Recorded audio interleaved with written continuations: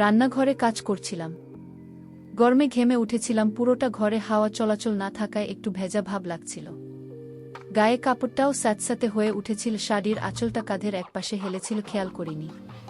ঠিক করে নেওয়ার কথা এমন সময় টের পেলাম তার চোখ কোথাও আটকে গেছে। এক দৃষ্টিতে তাকিয়েছিল, ঠিক বুঝতে পারছিলাম না কোথায় হঠাৎ করে তার হাতটা আমার কাঁধ ছুঁয়ে গেল হালকাভাবে। সেটা ইচ্ছাকৃত না, অনিচ্ছাকৃত বোঝা মুশকিল, তবে সেই মুহূর্তটাকে আলাদা করে মনে থেকে গেল আমার নাম ঝুমা। বয়স ৩৯, ছুঁই ছুঁই আয়নার সামনে দাঁড়ালে এখনো মনে হয় বয়সটা যেন হঠাৎ থেমে গেছে কোথাও। গায়ের জাং ফর্সা, চুল ঘন কালো পাড়ার। অনেকে বলে আমার চলাফেরায় আলাদা একটা ভঙ্গি আছে যেটা নজরে পড়ে যায়। সহজেই শাড়ি পরি ঢিলেঢালা করে, আর ব্লাউজটা হবে আরামদায়ক মাপে। আমি জানি আমার হাঁটার ধরন, কথা বলার ছন্দ, এই সব কিছু পাড়ার অনেকের চোখে পড়ে। মহিলারা অনেকে মুখ চেপে হাসে, পুরুষরা চুপচাপ দেখে রাখে। আমি কখনো সংসার করিনি। ছোটবেলাতেই মা বাবা মারা গেছে। তারপর থেকেই মানুষদের বাড়িতে কাজ করতে করতেই বড় হয়ে উঠেছি। রান্নাঘর মোছা, কাপড় ধোয়া, যা কিছু কাজ দরকার সব করি। তবে কাজের বাইরেও আমার একটা আলাদা পরিচয় আছে। লোকজন আমাকে চেনে কারণ আমি গান গাই, ফেসবুকে মাঝে মাঝে রিল করি, হাসি খুশি থাকি। আমার গলায় যেন সবসময় একটা সুর লেগে থাকে আর কোমরে থাকে কাজের তাল। আমি জানি আমার উপস্থিতি ঘরের পরিবেশে আলাদা প্রভাব ফেলে। পাড়ার এই দিকটায় অনেক বাড়িতে কাজ করেছি। কারো সংসারে কথা নেই, কারো ঘরের সম্পর্কে টান নেই, কোথাও আবার এমন বাড়তি দূরত্ব যেটা বোঝা যায় বলা যায় না। এইসব বুঝেই চলতে হয় আমাদের মতো মানুষদের। আমি এক একটা বাড়িতে গিয়ে বুঝে ফেলি কোথায় কি চলছে, না বলে না শুনেই। কিছুদিন হলো আমি কাজ নিয়েছি নরেন্দ্রবাবুর বাড়িতে, ৩ তলা বাড়ির নিচতলায় ওনার ফ্ল্যাট। বয়স ৫০-এর মতো হবে। চেহারায় চিন্তাভাবনার ছাপ, চোখে একটা ধীর ভাব, কিন্তু মাঝে মাঝে মনে হয় অনেক কিছু বোঝেন উনি, আবার অনেক বোঝাতে চান না। যেদিন প্রথম কাজে যাই উনি খাটে বসে মোবাইল ঘাঁটছিলেন। আমি ঘরে ঢুকতেই চোখ তুলে তাকালেন। সেই একনজরেই মনে হলো এই চোখ চুপচাপ হলেও অনেক কিছু বলে ফেলে, যেটা মুখে বলা হয় না। নরেন্দ্রবাবুর স্ত্রী অনন্য ম্যাডাম খুব ভদ্রমহিলা, শান্ত ধীরস্থির, তবে নিজেকে নিয়ে তেমন ভাবেন না। ধারার একরকম ক্লান্তি আর দুশ্চিন্তার ছাপ। ওনার আচরণ সবসময় নম্র, কিন্তু কোথাও যেন একটা দূরত্ব রয়ে গেছে। সংসারের ভেতরে, এই সংসারে অনেক কিছু আছে কিন্তু অনেক কিছুই নেই। আমি রান্নাঘরে পেঁয়াজ কাটছিলাম, হাতে ছুরি চলছিল, কিন্তু মনটা অন্য কোথাও মনে হচ্ছিল। কেউ যেন পেছন থেকে তাকিয়ে আছে। ঘাড় না ঘুরিয়েও জানি সেই দৃষ্টিটা কার। ঘরের হাওয়ায় একটা অজানা উত্তাপ টের পাওয়া যাচ্ছিল। আমি কিছু বললাম না, তাকালাম না। আমাদের মধ্যে কোনো কথা প্রয়োজন পড়ে না, সব সময় শুধু সময়ের অপেক্ষা। এক দুপুরে যখন বাড়ি থাকবে ফাঁকা, রান্নাঘরের ফ্যান বহুদিন ধরে নষ্ট। আমি জানি, তবু কিছু বলিনি। গেট পেরিয়ে ঢোকার সময়েই বুঝেছিলাম আজ গরমটা একটু বেশিই লাগবে। সোজা রান্নাঘরে গিয়ে হান্ডি নামালাম, শাড়ির আঁচল কোমরে পেঁচিয়ে চুলটা সামলে কাজ শুরু করলাম। এমন সময় টের পেলাম চোখের দৃষ্টি এসে থেমেছে আমার দিকে। আমি ঘাড় না ঘুরিয়ে বসতে পারলাম। নরেন্দ্রবাবু সোফায় বসে আছেন, চায়ের কাপ আর পেপারের আড়ালে থেকে যা তাকিয়ে আছেন রান্নাঘরের দিকে। আমি তখন হাঁটু গেড়ে আলু কুড়োচ্ছিলাম। আঁচলটা একপাশে সরে গিয়েছিল, ঠিক করিনি। আমার ঘাড়ে ঘাম জমেছে, আর চারপাশের গরমে কাজ করতেও কষ্ট হচ্ছিল। এমন সময় আমি হালকা গলায় বললাম, বাবু ফ্যানটা কবে ঠিক করাবেন? উনি হেসে বললেন, এই গরমে তোমাকে দেখলে মনটাই ভালো হয়ে যায় ঝুমা। আমি শান্ত স্বরে বললাম, গরমে কেউ ভালো লাগে নাকি? উনি বললেন, সবাই না, কিছু মানুষ হয়। আমি তখনও পেঁয়াজ কাটছিলাম, চোখ জ্বলছিল কিন্তু পানি পড়ছিল না। ঘরের গরমে চোখও যেন শুকিয়ে গিয়েছিল। আমার আঁচল তখনও একপাশে পড়েছিল, আমি আলতোভাবে তা ঠিক করছিলাম। ঠিক তখনই উনি রান্নাঘরের চৌকাঠে এসে দাঁড়ালেন। বললেন, আজ কি রাঁধছো? আমি বললাম, তরকারি ভুলো আর মাছ আলু দিয়ে। উনি বললেন, মাছটা একটু নরম করে ভাজো, আমার কাটায় সমস্যা হয়। আমি মাথা নাড়লাম, বললাম, আচ্ছা। আমি নিচু হয়ে কড়াই নামাচ্ছিলাম, এমন সময় পেছন থেকে একটা নিঃশব্দ উপস্থিতি টের পেলাম। উনি পিছনেই ছিলেন, এটা বুঝে নিলাম। আমি ধীরে উঠে দাঁড়ালাম। উনি সামান্য সরে দাঁড়ালেন, তারপর বললেন, তোমার কাজে একটা পরিচিত গন্ধ আছে যেটা ঘরকে অন্যরকম করে তোলে। আমি একটু ঘুরে বললাম, এই কথা বউয়ের সামনে বলেন না কেন? উনি হেসে বললেন, সব বোঝে, সে চুপ থাকলেই শান্তি পায়। আমি আর কিছু বললাম না, চামচে কারি নেড়েই যাচ্ছিলাম। পেছনে কে কিভাবে তাকাচ্ছে সেটা আমি বুঝে যাচ্ছিলাম। আঁচল বারবার পড়ে যাচ্ছিল। আমি ঠিক করছিলাম না, কারণ আমি জানি অনেক সময় চুপচাপ কাজ করতে করতেই কারো ভেতরের সিদ্ধান্ত তৈরি হয়ে যায়। দুপুর গড়িয়ে গেল। অনন্যা ম্যাডাম বসে ফোন দেখছিলেন।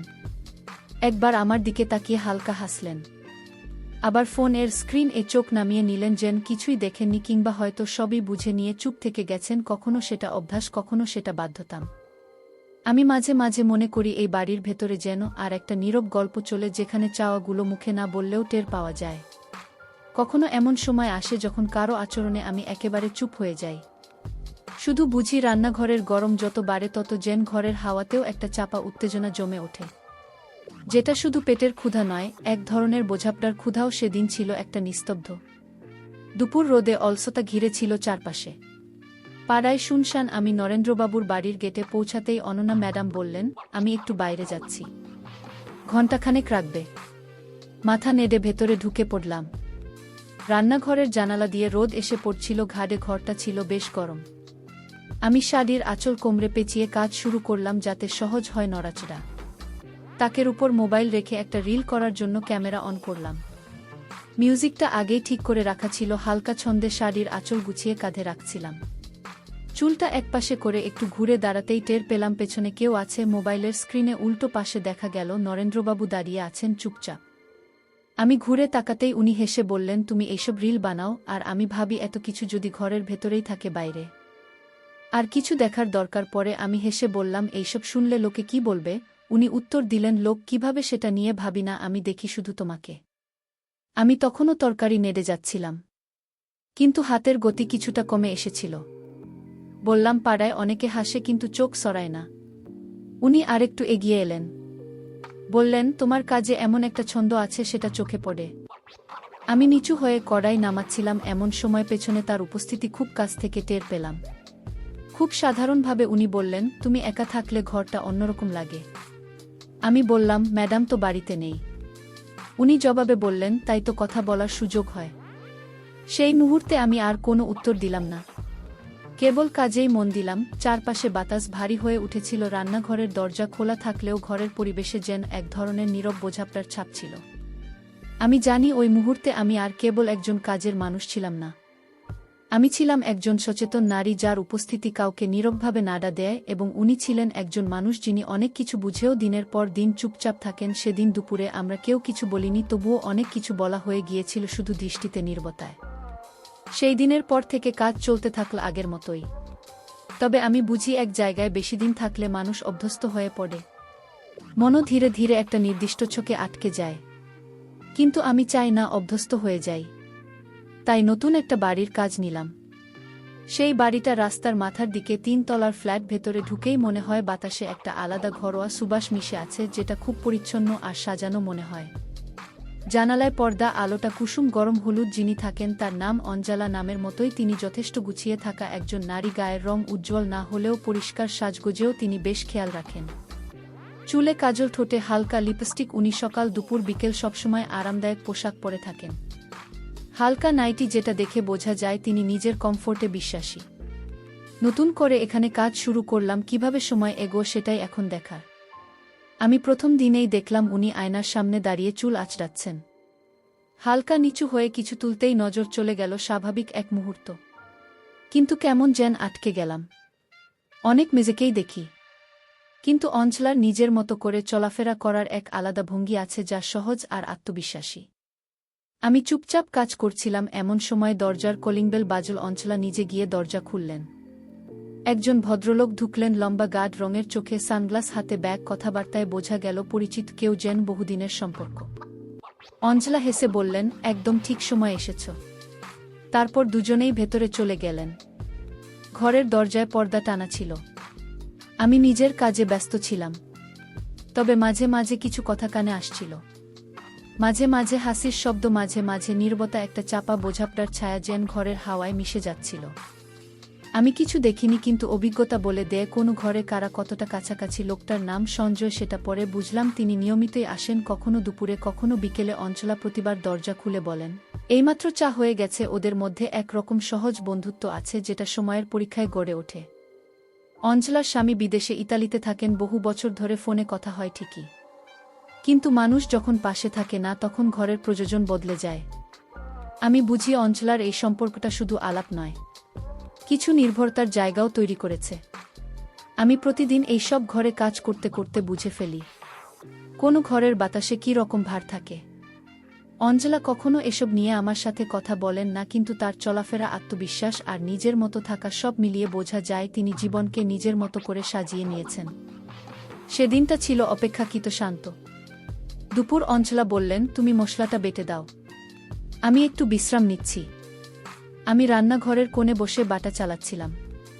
কাজ করতে করতে একটু গরম লাগছিল। আঁচলটা কোমরে পেঁচিয়ে নিলাম যেন সহজে কাজ করতে পারি। এমন সময় শুনলাম কেউ ঘরে ঢুকছে। মাথা না তোলেই কাজ করছিলাম। হঠাৎ ফ্রিজ খোলার শব্দ, ঘাট ঘুরিয়ে দেখি সঞ্জয় দাঁড়িয়ে হাতে এক গ্লাস পানি নিচ্ছেন।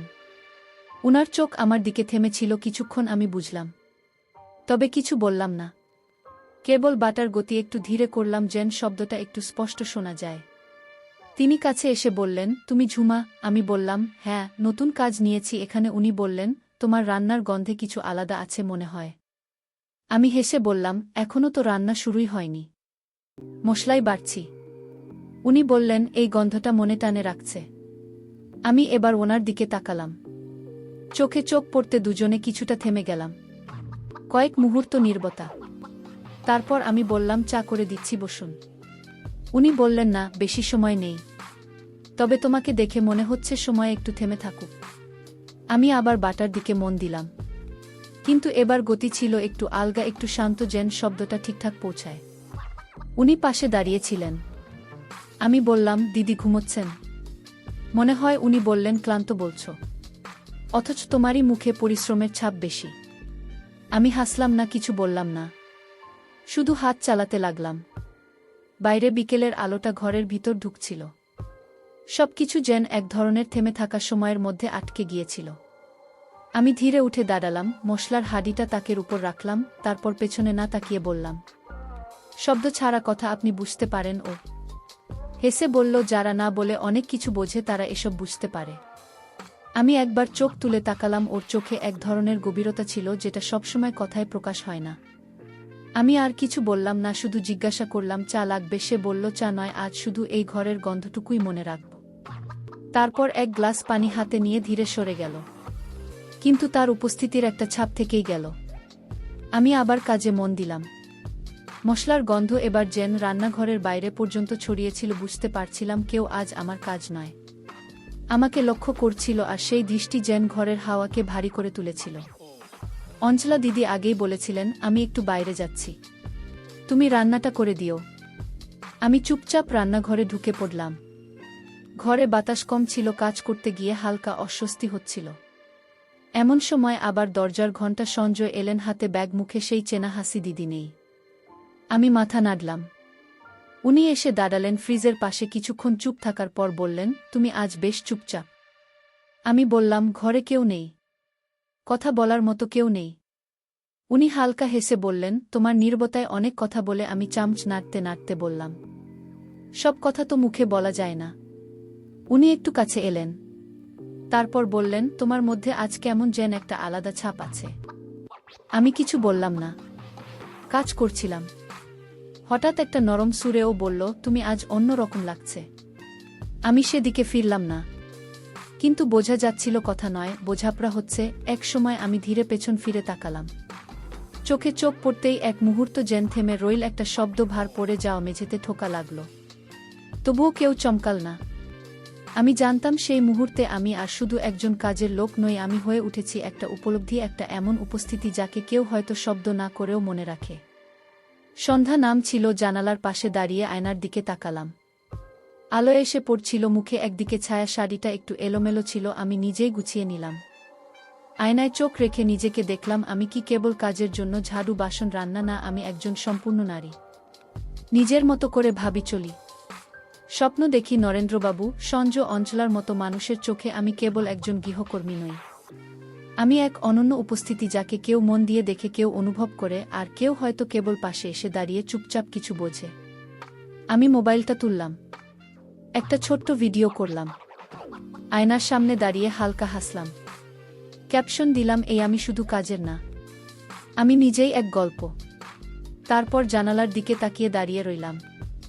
বাইরের হাওয়ায় একরকম প্রশান্তি, ঠিক যেন আমি অপেক্ষা করছি এই প্রতিদিনের ভিতরেও একদিন যদি কেউ দেখে নেয় আমি কে।